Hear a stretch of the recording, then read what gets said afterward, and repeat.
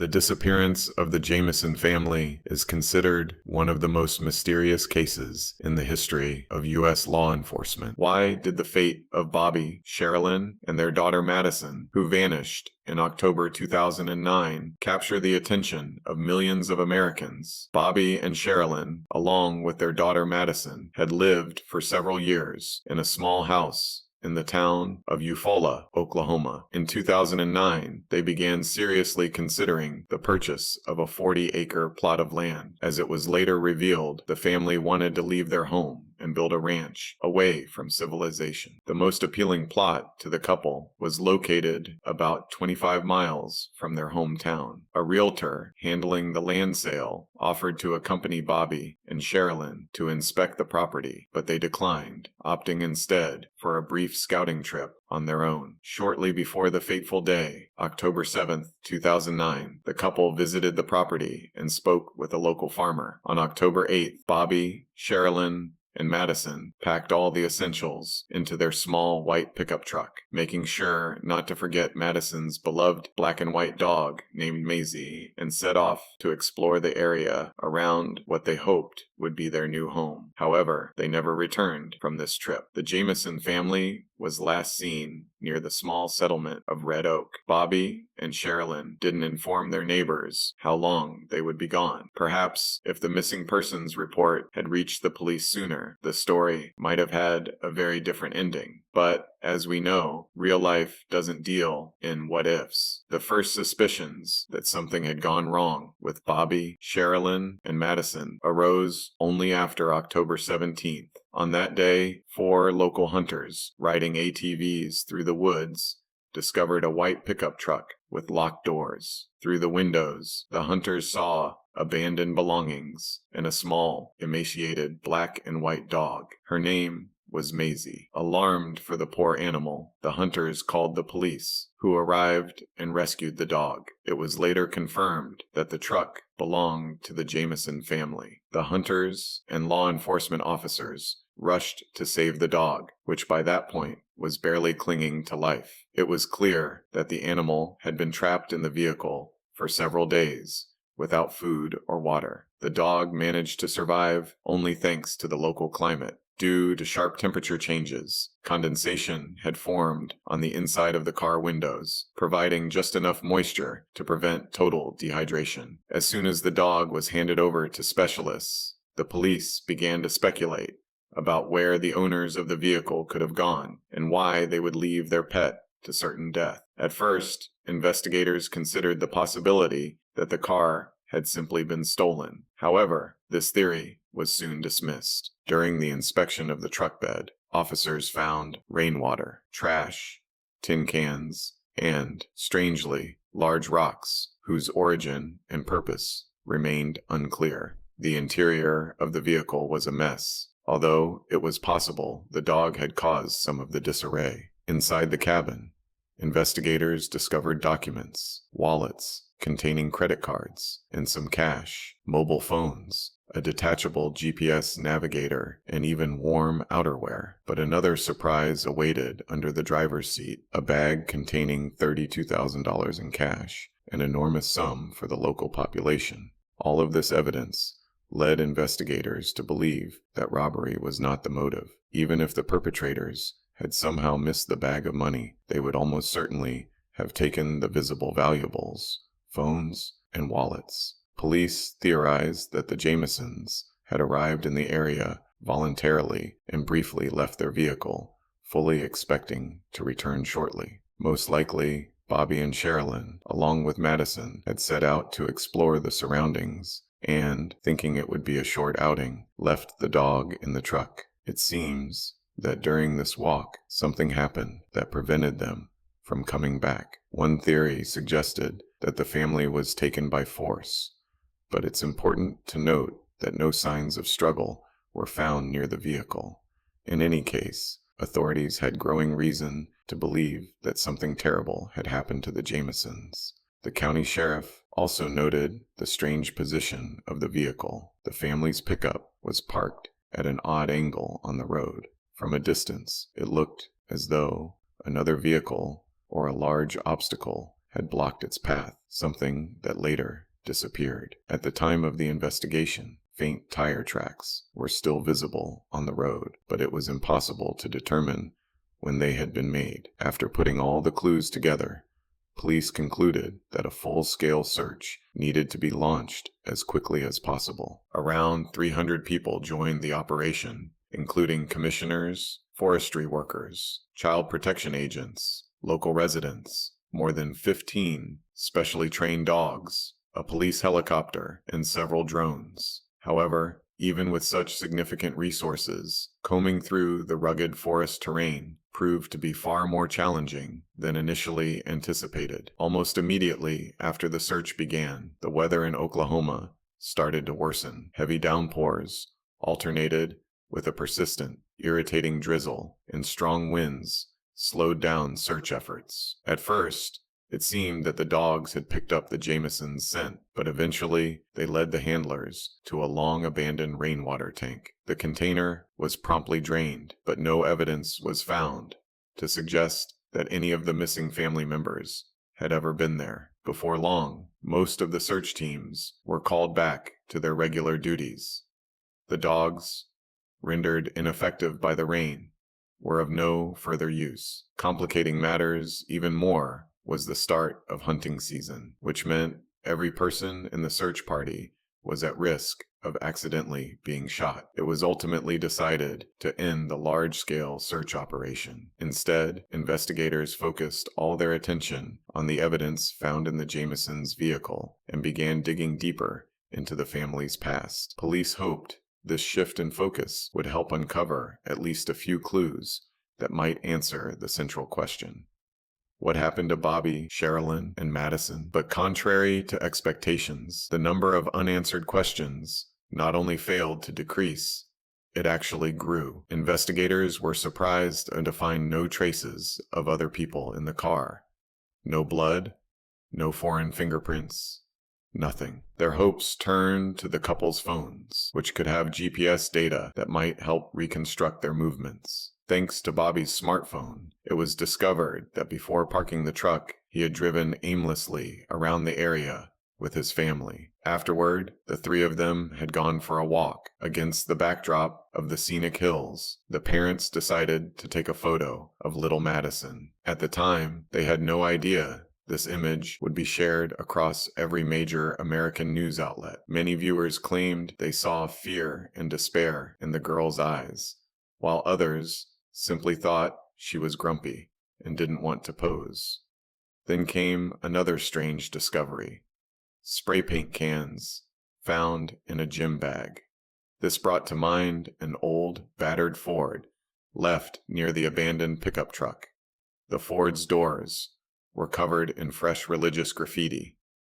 Most of the messages were harmless wishes for peace and kindness, but one stood out: Jesus Christ protects you. Forensic analysis confirmed that the paint from the Jamison's car matched the paint used for the graffiti. Investigators concluded that Sherilyn had likely used the spray paint. Detectives already found it odd that a 40-year-old woman frequently carried spray paint with her. Police later discovered similar messages on a large metal container in the Jamison's backyard. One of the phrases on the abandoned car wasn't religious at all. People have killed 3 black cats in the area. Witches don't like it when black cats are killed. This prompted investigators to take a closer look at Sherilyn's past. Like many people, she had her share of skeletons in the closet. Some of her secrets were simply sad, while others were downright disturbing. But more on that in due time. After high school, Sherilyn completed a cosmetology course and briefly worked at a beauty salon. By age 25, she had married Billy Mangum and had a son with him. But 3 years into the marriage, the couple quietly and amicably divorced for reasons investigators never uncovered. It wasn't until 2002 that she met her future second husband, Bobby Jamison. The two quickly fell in love and moved in together, and a year later, their daughter Madison was born. Soon after, The couple made their union official, but the family's seemingly peaceful domestic life didn't last long. One day, Sherilyn's younger brother Brent showed up at the Jamison family's doorstep. Their relationship had always been difficult. Brent was unemployed and a habitual drinker, relying on loans from family members to fund his habits. This time, he decided it was his sister's turn to lend him money for alcohol. It's unclear how exactly Sherilyn got him to leave, but after that incident, their relationship deteriorated even further. Initially, the police considered Brent a possible suspect in the family's disappearance. However, his airtight alibi forced investigators to look elsewhere. After this unpleasant encounter with her brother, Sherilyn began exhibiting increasingly erratic behavior. Outbursts of aggression alternated with periods of deep depression. At times, she would refuse to leave her room for days, complaining of apathy, exhaustion, and constant headaches. Around this time, she began keeping a journal where she poured out her most private thoughts. Many entries were filled with resentment toward her family, particularly toward her husband, Bobby. In some passages, she even referred to him as the devil. Bobby, in turn, grew weary of his wife's constant mood swings. He sometimes accused her of faking her condition to avoid household responsibilities. Their relationship was rapidly deteriorating. To make matters worse, the family was under significant financial pressure. Like many Americans, Sherilyn and Bobby lived on credit. They had taken out a mortgage on their home even before Madison was born. It's very likely that financial stress was one of the reasons they were considering moving to a cheaper off-grid ranch. In 2007, Sherilyn suffered a devastating personal loss, the sudden death of her sister, Marla. The young woman died from a bee sting due to a severe allergic reaction. This tragedy plunged Sherilyn into an even deeper depression. Her family became alarmed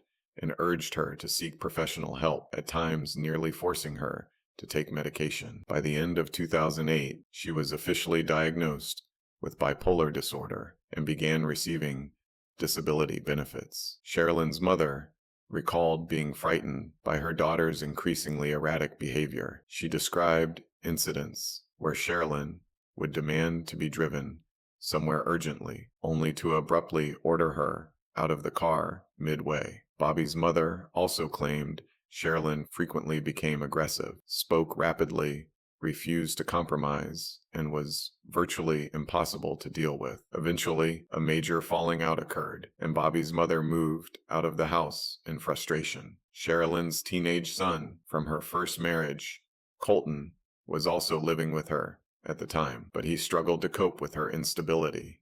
Eventually, he made the decision to move in with his father. Sherilyn was devastated by this, and according to those close to her, her anger over her son's departure knew no bounds. After all these hardships, Sherilyn decided to purchase a small .22 caliber pistol for self-defense. Around the same time, she became increasingly drawn to religion and even to the occult. Before long, Bobby also began to adopt these beliefs. He reportedly spoke to the local pastor about strange noises he heard on the roof at night, which he believed were caused by supernatural forces. Word of the Jamisons' unusual spiritual beliefs quickly spread through the media, fueling yet another theory about their disappearance. Sherilyn's mother later claimed she believed her daughter, granddaughter, and son-in-law had fallen under the influence of an occult group. She recounted a chilling encounter with a strange woman who showed her a list of people marked for death.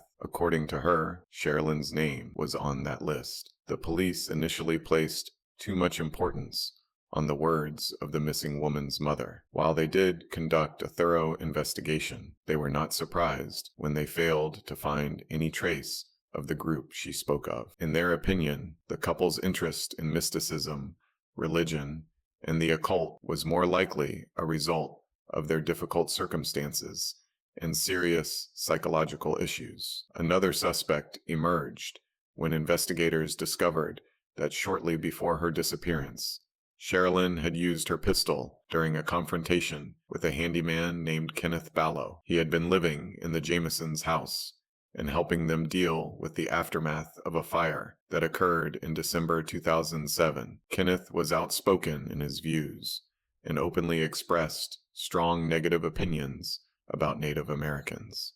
Sherilyn, who had Native American ancestry herself, couldn't tolerate such remarks for long. Fed up with his comments, she grabbed her gun and tried to kick Kenneth out. He didn't believe she would actually use the weapon, but Sherilyn fired a shot into the ground near his feet, forcing him to flee. Police suspected that Kenneth might have wanted revenge and turned to the FBI for assistance. It took nearly 2 months before investigators were finally able to question him. He was even subjected to a polygraph test. However, this theory eventually fell apart. It became clear that on the day the Jamisons disappeared, Ballo was several hundred miles away and hadn't left his new place of residence. That said, Sherilyn wasn't the only one with secrets she had hidden from neighbors, and even from her husband. The police grew interested in Bobby's relationship with his father, Bob Dean. Less than a year before their disappearance, the younger Jamison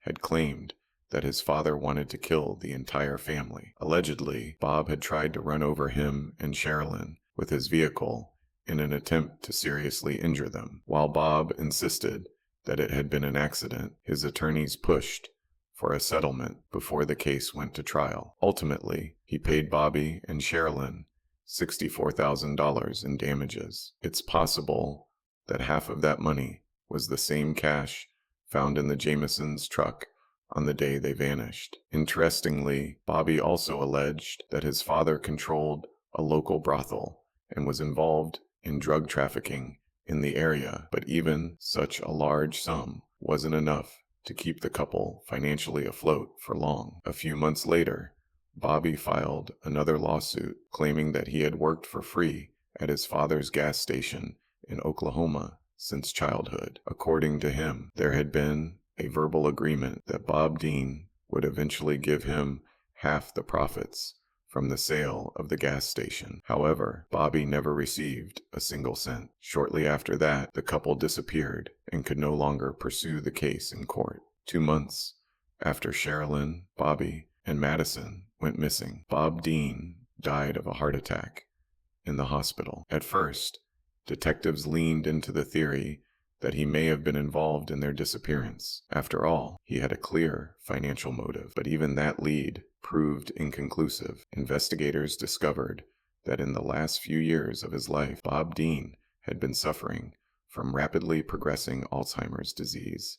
No evidence was found to suggest that he could have orchestrated a crime. Moreover, he adored his granddaughter Madison. She was named as the primary heir to his $500,000 estate. In addition to the obvious theories, investigators also considered others. Paranormal activity. The family's pastor once said that the couple had told him about a dead girl who lived in their house. A so-called witch's Bible found in their home is considered in certain circles to be a very dark artifact, and according to experts in the field, its careless use can lead to terrible consequences. This gave rise to a theory that the Jamisons had summoned a supernatural force that ultimately took control of them, possessing their bodies, with tragic results. Some believe the family simply got lost in the woods. However, those who knew Bobby were quick to dismiss this idea. He was an experienced hunter and loved hiking, so it seemed highly unlikely. Others speculated that perhaps they did get lost, but only because they were under the influence of some illegal substances. But if that were the case, how do you explain the large sum of money? Ultimately, all the various theories explored by the police began to fall apart one by one. The sheriff later made a statement. The investigation had hit a dead end, and at that point, authorities were powerless to determine what had happened to the Jamison family. For 4 long years, the case remained unsolved. Many continued to hope that family were alive and would one day return home, but that hope was not meant to be. On November 15, 2013, police were contacted by a local hunter. His name was never made public. He reported that he had found a human skull in the woods. Investigators arrived at the scene and discovered the remains of 3 people lying face down, side by side. Over the years, the bodies had severely decomposed, but thanks to DNA testing and dental records, forensic experts were able to confirm the remains belonged to the Jamison family. The cause of death could not be determined, as the bodies had decayed too much and no soft tissue remained. Typically, sharp force trauma, such as stab wounds, leaves marks on bones, but not in this case. There were no signs that could be linked to a specific cause of death. What's more, the police refused to release the autopsy results, leaving room for speculation by journalists and local residents alike. One especially strange detail was that the bodies were found just 5 kilometers from where the family's truck had originally been discovered. Search teams had most likely passed through the area, but for some reason never found the remains. The most likely explanation: the bodies were moved there later. One way or another, the disappearance of the Jamison family remains an unsolved mystery to this day. Thank you for watching. I hope you found it interesting. Let's discuss this case in the comments. What do you think? I'd also be glad if you subscribe to the channel.